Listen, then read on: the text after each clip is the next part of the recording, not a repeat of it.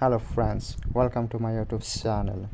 In this video we are going to discuss about Bank Nifty's support and resistance. Last day on Friday, the Bank Nifty took the support in this level 46,000 and makes the green candle, and after that the market goes bullish. Now there is a strong resistance in this level 46,250.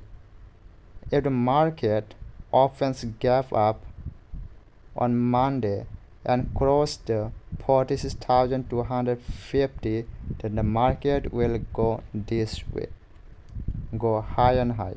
And if the market consolidated in between 46,250 and 46,000 and consolidate like that in this way and cross 46,000 below, then it go lower and we have to take put.